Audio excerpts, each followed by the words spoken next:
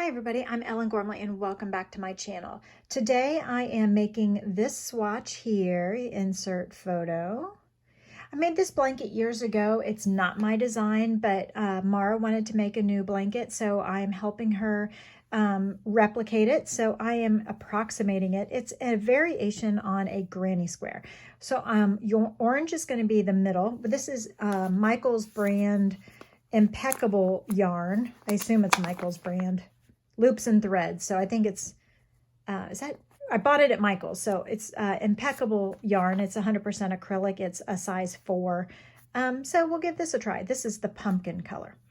We are going to, and I like to do an adjustable loop, but for some reason on this one, I was having more fun just doing a chain of 4 and then slip stitching in the 4th chain from the hook and creating a little loop there in between the loop that was on the hook and the one where I'm slip stitching into the 4th chain from the hook. Sorry about my ugly nails today. It is what it is. So chaining 1, 2, 3 for the first double crochet. The beginning of this square is exactly like a regular granny square. So 2 more double crochets to make a grouping of 3. That beginning chain 3 counts as a double crochet. Chain 1, 2, 3 for the corner. And in that same loop, keeping it propped open with my thumb and middle finger on my tension hand, I am placing another grouping of 3 double crochets. I'm using an eye size hook and chain 1, 2, 3. So please like and subscribe. This is the second, is it the second? Maybe second or third of the projects where I am helping Mara. She is a beginner, advanced beginner, and so she wanted to make another project, and so we decided on these colors, and here we go. I also used the Pick Collage app on my phone to help figure out the sequence of the colors, and I think I'm going to make another video for you on how to use Pick Collage on your phone to design. Would you like that? Let me know in the comments below if that's something you're interested in. Before you make a lot of squares and then figure out it's not for you, this can help you save time. Okay, so here's something I rarely do, and that is to turn my motifs. So I'm chaining 3, which counts as the first double crochet, and I'm turning. So I don't usually turn motifs, but for this one, I'm going to, and I'll show you why when we get to the next round. So I'm placing 2 double crochets in that chain 3 corner space. So it ends up being 1, 2, 3 when you count the beginning chain 3 as a stitch. Then chain 1, 2, 3. So granny squares are so much fun, and I do find them perfectly in line with my motto, which is that crochet is a relaxing and valuable use of our time. Now we're chaining 1 and skipping the double crochet 3 grouping there, and in the next corner working a grouping of 3 double crochets, a chain 3, and then another grouping of 3 double crochets, all in the same chain 3 corner space. Okay, so there's the first grouping. Here's a chain 3, and we'll place another grouping. So I will link the other easy beginner basic granny projects that I have for you at the end of the video. And I will hopefully get that Pick Collage tutorial up for you soon. I just think the video camera, or I'm sorry, your smartphone is just one of the best tools that you can use if you are designing a project to save time and figure out how things are going to be laid out, especially when you're working in motifs, which you know I love because they're portable little projects that you can take anywhere, usually only just a few skeins of yarn. I could totally, and usually with motifs like this, I do assembly line style. So I would literally take 1 hook and 1 skein of yarn, and if I had to go sit at a doctor's office or something, chain 1 here, and we'll join with a slip stitch in that top of the 3 chains with a slip stitch to finish the square. So I would take 1 hook and 1 skein of yarn if I'm going to sit at a soccer game or a doctor's office and just whip up a bunch of these middles, assembly line style. And then later, once I have 10 or 12 or 20 or however many, I'll bring the second color of yarn with me and and then add all the next row. I think the next row is actually supposed to be purple. So I'm pretty sure. So now that we have the first 2 rounds, the middle, which is the orange, left, we're going to turn. And so this is the right side, this round 1. Sorry about my fingernails again. And then round 2 is the wrong side. And so we're alternating right side, wrong side. So I'm going to join the purple with a double crochet in a chain 3 corner space. I like to, well, okay, Mara, if you're watching, and for the extreme beginners, if you want, you can just stick your hook through the hole, grab the yarn holding about 3 inches of tail, hold it against the back of the square, pull up a loop, and chain 1, 2, 3, 4. That counts as the first double crochet plus a chain 1. Now we're not doing anything more in that space. Instead, we're going to skip all of these 3 double crochets, and in this chain 1 space over here, we will place 3 double crochets. Now, if you don't like that method, I prefer to do a different method. So the other method that I prefer to do is, let's go back, place a slip knot on the hook, put the slip knot on the hook, holding the square the way you want it, yarn over, hold it there with your index finger, place the hook into the square, yarn over with the working yarn, pull up a loop, then yarn over and pull through 2 loops on the hook, and then yarn over and pull through 2 loops on the hook. That's the standing double crochet. And then I would chain 1. That's my preferred method. But you do the one that you like best and be consistent or not throughout. It is your project. Then I'm still going to skip 3 double crochets and place 3 new ones in the chain 1 spot. So then the rest is all the same no matter which method you do. Also, I'm now working over that orange tail whenever possible. So 3 double crochets in that chain 1 spot. So just like a regular granny square, chain 1, skip 3 double crochets. When we get to the corner, you know the drill, just like the previous round. 3 double crochets. 1, 2. Do you need a reminder on the double crochet? Yarn over, insert the hook into the spot, yarn over, pull up a loop. You now have 3 loops on the hook. Yarn over, pull through 2 loops on the hook. Yarn over, pull through 2 loops on the hook. Okay? And then chain 1, 2, 3 for the corner. And then 3 more double crochets in that chain 3 corner. So yarn over, insert, pull up, yarn over, pull through 2, yarn over, pull through 2. Okay? Same all the time. Double crochets. Then since we now have 1, 2, 3, chain 3, 1, 2, 3, it's time to chain 1, which I did. Skip these 3 double crochets, and in that side space, can I work over the orange a little bit more? Maybe just a little bit. 3 double crochets. Now here is where it gets different than the previous working in rounds. Chain 1, because we're skipping these 3 double crochets. We're going to double crochet only in that chain 3 corner. So we are now just double crocheting once, and we are going to turn. So from henceforth, the rest of the rows just go this way and back, this way and back, and we're building the square this way. Okay, so the orange is the only, or the first color, the first 2 rounds are the only ones that go all the way around. All the rest of them are going to go back and back like a boomerang. Okay, so now we have done 1 double crochet. We're going to chain 1, 2, 3 and turn. Now this becomes the first double crochet of a 3 double crochet group that belongs in that chain 1 space. So 2 more double crochets in that space. Chain 1, skip 3 double crochets, and in the next chain 1 space, we'll place 3 double crochets.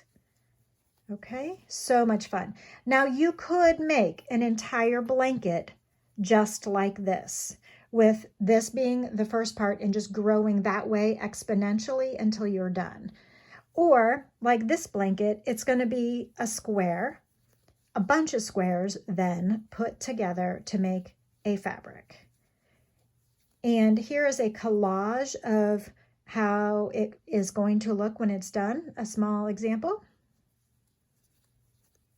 And there's two of them because I was playing with different ways to twist and turn the motifs and also different color orders. Okay, so the corner is just like any other corner. 3 double crochets, chain 3, 3 double crochets in the corner. Okay, turning the corner. Then chain 1 because we're working on a side space. And in the chain 1 space in between groupings, we will place 3 double crochets.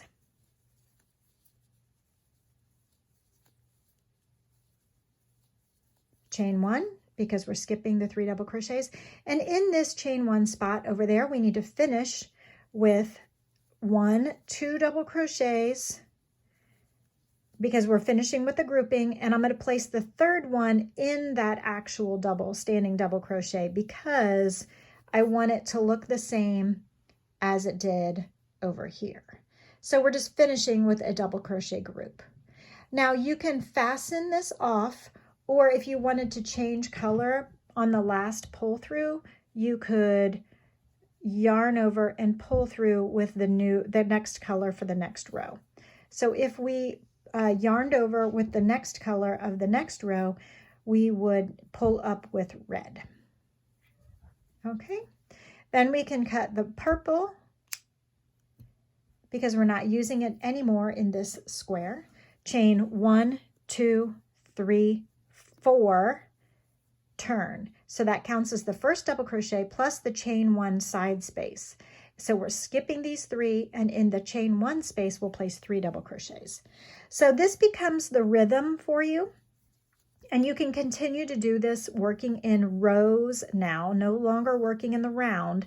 The orange is the only one that you work all the way around. The rest are just a row, a row, a row, a row. We're not working all the way around. So we're now working in rows.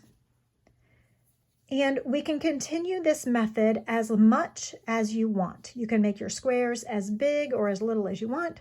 I am going to do the red and then black. I hear Theo running around like a crazy cat. Hopefully he will jump up on the table and say hi to you. Chain 3 for the corner. You see we're at the corner now. 3 double crochets. That's always the pattern here, except for on the edges. And those single double crochets are just really acting as bookends, so you have a place to anchor to. Chain 1, pull some lint off my work, and 3 double crochets in the next chain 1 space.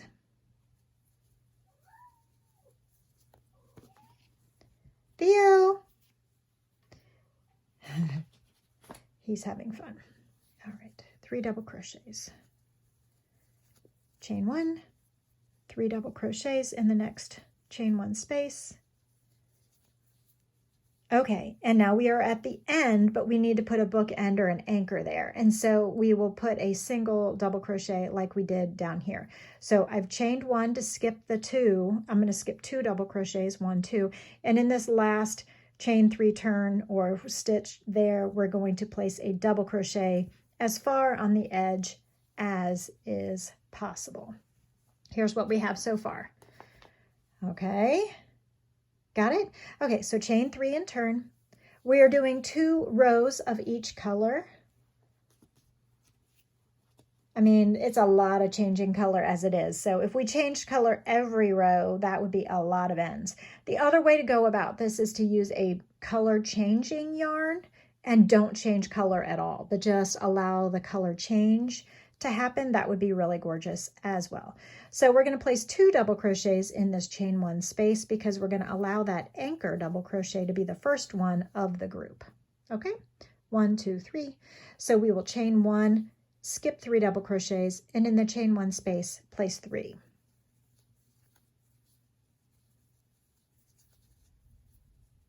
So if you are a beginner crocheter and you only know the granny square, but you're ready to learn something just slightly different that has very strong visual impact but isn't light years harder, this is the perfect project for you. All right.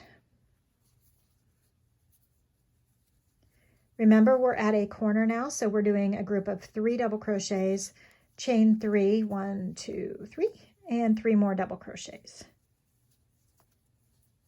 So I will keep you posted on the progress of this project. I imagine it's going to take about a month to help her get through. And I will help her as much or as little as she wants me to. I'll probably end up sewing the squares or crocheting the squares together at some point. Also, she tends to have practiced less on the beginning part, the orange part, so I might do the orange parts for her. And we'll finish up with 1, 2, and then in the third chain of that beginning chain 3, we'll place another one so that there is a total of 3. We never have 4 double crochets in a row. Okay, got it? So here we can change color by yarning over and pulling through with the last color, which in this case is black. Hopefully it shows up well in the video with this lighting. Yarn over and pull through.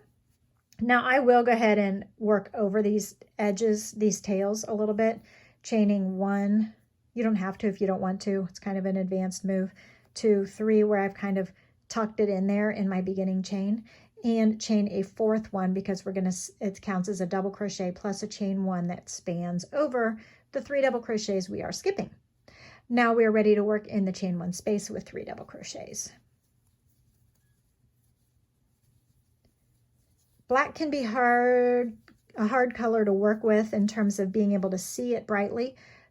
So tips for working with black or navy or eggplant purple is to work with a light colored surface behind you. So I have been known to sit with a white pillowcase on my lap when working with black. Make sure your lighting is good. If you still have trouble with black or dark colors, get a craft lamp to light the way for you to help, or simply avoid black. But it's very rare that you see projects in magazines or books that are made of black yarn because it is so hard to see and it just absorbs all the light, and so it doesn't always look fantastic in a photograph, although the results are often very stunning in person. Okay. So again, chain 1, skip 3. The corner was exactly the same as the previous corners with double crochet of 3 group, double crochet 3 group, and then chain 3, and then 3 more double crochets. So at the end of this 2-row colored section, we will fasten off.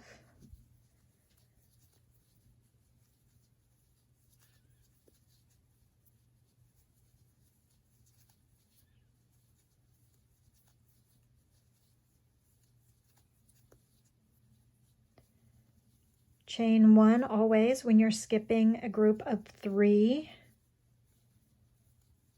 Okay, and here at the end we will chain 1, skip just 2 double crochets, and double crochet in the final stitch to make a bookend.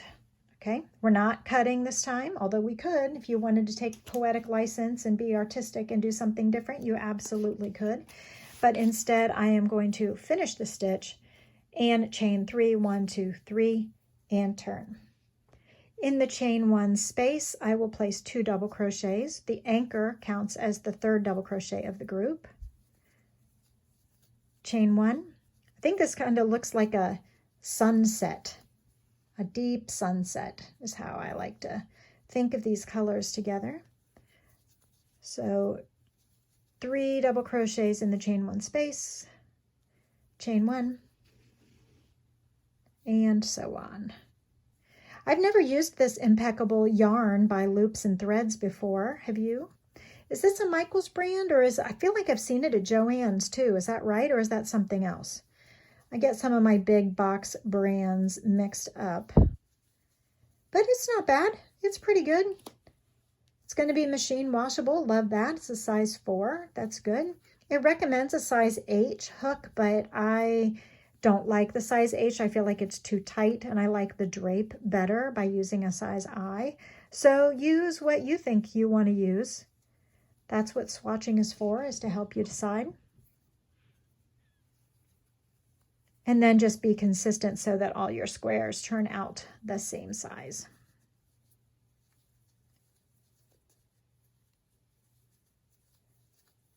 Okay, reminding you, chain 1 when you're jumping the gap between over the 3 double crochets, and 3 double crochets in the chain 1 space of the row below.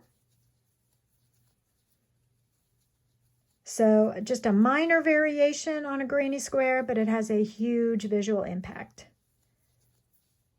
And chain 1, jump the gap, and place 2 double crochets in that next chain 1 space, and then place 1 double crochet in the final stitch so that that grouping ends with a total of 3 double crochets. And here is the final square. So if you want to watch the pic collage video that I'm going to do next, what I would do now is take a picture using the square on my phone so that it frames this exactly, and then I'll play with it in pic collage. So I hope to see you in the next video. This is the Dramatic Sunset Square, Granny Square. I hope you love it. Please give me a thumbs up and like and subscribe and all of that, and I will see you on the next video.